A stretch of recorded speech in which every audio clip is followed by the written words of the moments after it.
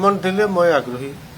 গতিকে হাইকমান্ড যদি ভাবে যে এজন জ্যেষ্ঠ বিধায়কক দিব লাগে আৰু জ্যেষ্ঠৰ ভিতৰত মই আছো আৰু জ্যেষ্ঠ কেইবাজনো আছে, কিন্তু হায়েষ্ট বেছি দিনৰ 6 বাৰৰ বিধায়ক হিচাপে মই আছো।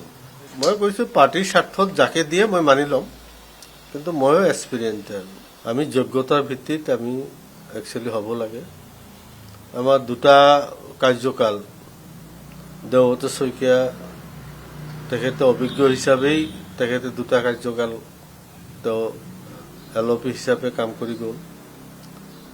গতিকে আমি ভাবো যে যোগ্যতাৰ ভিত্তিত আমাক দায়িত্ব দিব লাগে। কংগ্ৰেছৰ সংখ্যা কম, গতিকে সংখ্যালঘু দলটো হৈছেই কংগ্ৰেছ। এতিয়া মুছলিমসকলে ভোট দিছে, মুছলিম বিধায়কসকলে আমি জিকি আহিছো, এইটোতো অপৰাধ নহয়। এইটো কথা আমি যেহেতু আমি 18-19 জন বিধায়কে আমি আমাৰ মাননীয় সভাপতিক আমি দায়িত্ব অৰ্পণ কৰিছো।